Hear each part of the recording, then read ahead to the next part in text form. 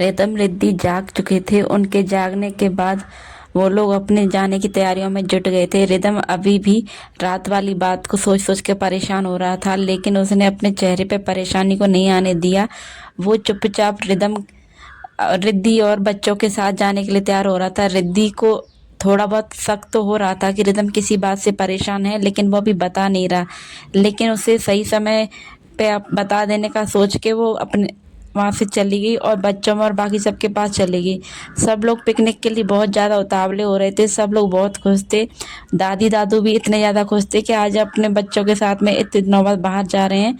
घर में काफ़ी अच्छा माहौल था और रोहित भी आ गया था, तो सब लोग जा रहे थे। आज इतनी दिनों बाद सब लोग अपनी अपनी गाड़ियों से बाहर जा रहे थे।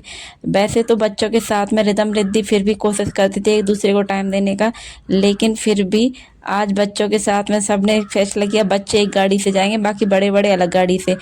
तो दादी दादू, मीरा जी और नीता चाची, बाकी बड़े लोग सब एक गाड़ी से जा रहे थे और रिदम रिद्धि एक गाड़ी से जा रहे थे। आदित्य और क्यारा, अदिति, ये सब एक गाड़ी से जा रहे थे और बच्चे भी उन्हीं के साथ जा रहे थे। तो सब लोग जाने के लिए घर से निकल चुके थे और रिदम अभी भी बीच बीच में उस बात को सोच के परेशान हो रहा था। रिदम के मन में डर था कि शनाया जहाँ से निकली है कहीं वो किसी को नुकसान ना पहुँचा दे, पर अभी वो श्योर नहीं था, इसलिए वो किसी को कुछ कहना नहीं चाह रहा था। रिदम अपने मन के डर को अपने अंदर छुपा के चुपचाप बैठा था।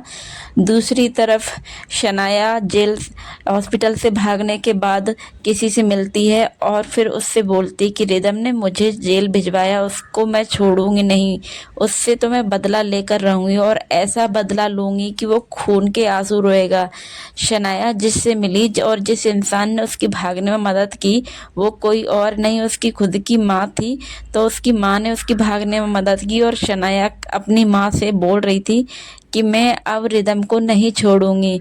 रिदम की फैमिली को बर्बाद करने का, रिदम को खून के आंसू रुलाने का शनाया ने बहुत ही एविल प्लान अपने दिमाग में बना लिया था और वो किसी से फ़ोन पे बात करने लगी। फिर वो बात करते करते मुस्कुराते हुए बोली, बहुत अच्छी न्यूज़ दी है तुमने, अब देखो मैं आगे क्या करती हूँ, अभी तो बहुत कुछ हिसाब बाकी है रिदम खुराना तुमसे। ऐसा वो खुद से कह के एक गुप्त जगह पर चली गई। दूसरी तरफ रिदम और उसकी पूरी फैमिली फार्म हाउस आ चुके थे। ये फार्म हाउस काफ़ी हिली एरिया के पास था। ये रिदम का बहुत ही पुराना फार्म हाउस था जहाँ पे रिदम और उसकी फैमिली बहुत पहले आया करती थी, लेकिन ये काफ़ी दूर होने की वजह से अब यहाँ पर आना जाना थोड़ा बंद हो गया था। पर ये बहुत हिली जगह पे थी, तो बच्चों की खुशी को ध्यान रखते हुए पूरी फैमिली ने यहाँ आने का फैसला किया। रिदम और बाकी सब लोग अपने अपने कमरों में आ चुके थे। सब पहले आराम कर रहे थे क्योंकि काफ़ी देर वो लोग ड्राइविंग करके आए थे और बैठे बैठे भी थक गए थे। तो सब लोगों ने पहले अपने रूम में आकर के पहले नहा कर के कपड़े वपड़े चेंज किए और उसके बाद वो लोग अपने अपने कमरों में आराम करने लग गए। बच्चे अभी रिदम रिद्धि के पास ही थे क्योंकि अभी बच्चे थके हुए थे सफ़र के, तो रिद्धि ने उनको अपने पास बुला लिया ताकि वो थोड़ा सा उनके साथ बैठ के उनको खाना खिला सके और बातें करते करते उनको सुला सके। खैर सब लोग अपने आराम करने के लिए कमरों में आराम कर ही रहे थे। शाम का समय हो गया था, सब लोग बाहर आ गए थे। बच्चे यहाँ के माहौल में आके बहुत ज़्यादा खुश थे, तो रिदम ने बच्चों को बड़े दादी दादू और दादी दादू के साथ भेज दिया था। बाहर आके बच्चे लॉन में खेल रहे थे, पर ये अलग तरह का खुला मैदान था। यहाँ पे खेत ही खेत चारों तरफ दिख रहे थे बच्चों को, और वो खेत भी अलग टाइप के खेत थे, सीढ़ी नुमा खेती, कहीं ढलान था तो कहीं समतल था, कुछ ऐसी खेती थी वहाँ पे। बच्चों के लिए तो ये जगह बिल्कुल नई थी। बच्चों के साथ साथ आदित्य और कियारा और आरब सबके लिए ये जगह नई थी, तो सब लोग थोड़ा एक्साइटेड हो रहे थे इस जगह को देखने के लिए। इस जगह से थोड़ी सी ही दूरी पे, लगभग 1 या 2 किलोमीटर की दूरी पे रिदम के गेस्ट हाउस से कुछ ही दूरी पर छोटा सा मार्केट था जहाँ पे लोग अपनी ज़रूरत की चीज़ें लेने के लिए जाते थे। रिदम अपनी फैमिली के साथ अपने फार्म हाउस और अपने बाकी जगहों पे खूब एंजॉय कर रहा था। बच्चों के साथ खेलते खेलते रिदम भूल चुका था कि सनाया पुलिस की कैद से दूर हो चुकी है, पुलिस की कैद से बाहर है, तो उसके लिए वो खतरा साबित हो सकती है। रिदम रोहित के साथ बैठ के बात कर रहा था। बाकी बाकी अदिति अदिति, रिद्धि और मीरा जी और नीता जी सब लोग बैठ के बच्चों के साथ खेल रहे थे। कोई कुछ काम कर रहा था, कोई खेल रहा था, सब ऐसे अलग ही माहौल था सबके लिए। सब बहुत खुश थे। यहाँ के रिद्धि के लिए तो ये किसी सरप्राइज से कम नहीं था, क्योंकि वो कई दिनों से बाहर जाना चाह रही थी, पर रिदम के काम को देखते हुए वो कह नहीं पा रही थी। तो रिद्धि यहाँ आकर के बहुत खुश हुई थी और वो वहाँ के माहौल में बहुत खुश हो गई थी। रिद्धि तो अपना पूरा ध्यान बच्चों में लगा के बैठी थी, बच्चों के साथ परिवार में सबसे बात करने में। पूरी फैमिली मेंबर सब खुश थे, लेकिन रिदम की चिंता अभी भी कम नहीं हुई, क्योंकि उसको अंदर से कमजोर फीलिंग्स आ रही थी। उसे ऐसा लग रहा था कि कुछ ना कुछ तो गलत होने वाला है, कुछ ऐसा जिससे उसे बहुत भारी नुकसान होने वाला है। वो यही सब डर अपने मन में लेके घूम रहा था। तभी रोहित उसके पास आया और रोहित ने उससे उसके डर की वजह जाननी चाहिए। तो रोहित को रिदम ने अपने डर की सारी वजह बता दी। रोहित थोड़ी देर शांत रहा, फिर रिदम से बोला कि चिंता मत कर मेरे भाई, ऐसा कुछ नहीं होगा। पुलिस हम लोगों तक पहुंचने से पहले ही वो उसको ढूंढ लेगी। तो शनाया हम में से किसी को कोई नुकसान नहीं पहुंचाएगी। तुम चिंता मत करो और बच्चों के साथ मस्त होकर के एंजॉय करो। हम सब यहाँ मस्ती करने एंजॉय करने आए हैं, तो हम यहाँ मस्ती ही करेंगे। इस रिदम ने इस तरीके से उसे समझाया और सब लोगों के पास जाके वो लोग भी मस्ती करने लगे। बच्चे अपने अपने छोटे छोटे खेलों के साथ सबको खिलाने लगे। कोई बच्चों के साथ क्रिकेट खेल रहा था, कोई इधर उधर भाग रहा था। तो सबको ऐसा लग रहा था कि जैसे वो फिर से अपने बचपन को जीने लगे हों। पूरा टाइम ऐसे ही निकल गया था। आज का दिन मस्ती भरा निकला। रिद्धि और दादी वो दोनों एक तरफ बैठी थी। दादी को रिद्धि बोलती कि दादी आज बहुत ज़्यादा अच्छा लग रहा है, इतने दिनों बाद हम लोग किसी खुली हवा में सांस ले रहे हैं।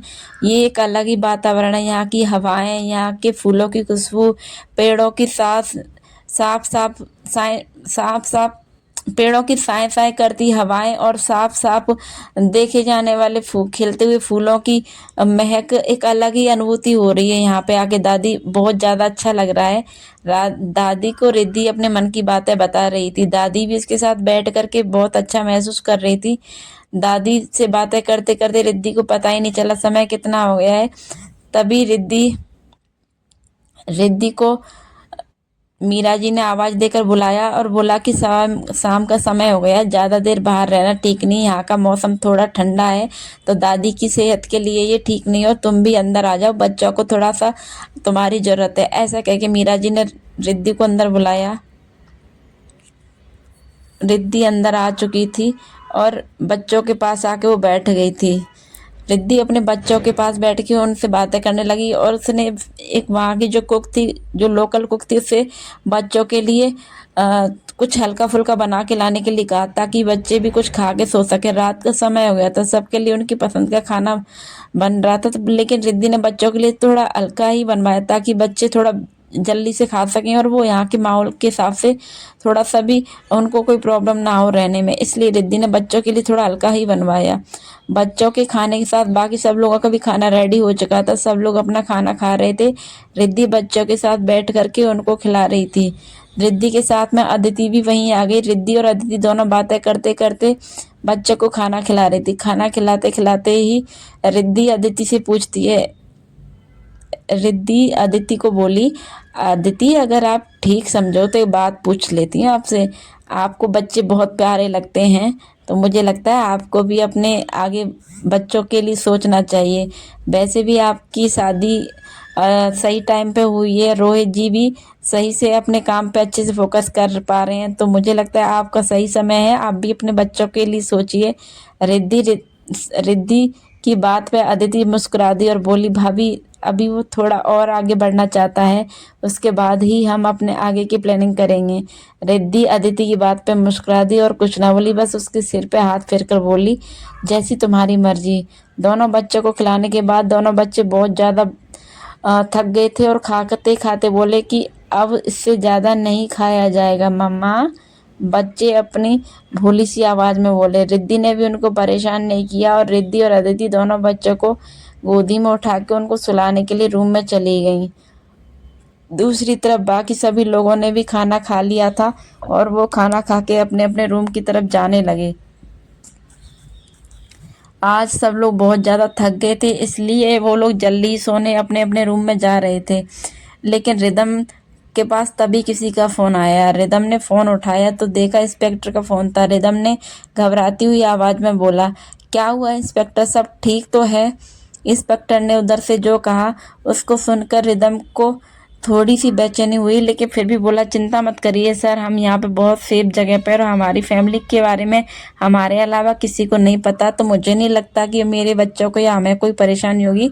आप जल्द से जल्द अपना काम कीजिए। हम यहाँ पे जब तक आराम से रहेंगे, और उसके पकड़ने जाने के बाद आप हमें एक बार इन्फॉर्मेशन दे देना। हम वहाँ आकर के आपको उसके बारे में पूछेंगे। रिदम थोड़ा सा अपनी घबराई हुई आवाज़ में बोल रहा था, लेकिन फिर भी वो साफ बोल रहा था कि शनाया जब तक पकड़ी नहीं जाएगी तब तक वो लोग यहाँ पे अपने बच्चों के साथ एंजॉय करेंगे, और जब वो वापस से जेल पहुँच जाएगी वो लोग वापस से घर आ जाएंगे। रिदम ने इंस्पेक्टर से बात की और फ़ोन काट दिया। वो अंदर आया रूम में तो देखा रिद्धि दोनों बच्चों के साथ सो रही थी।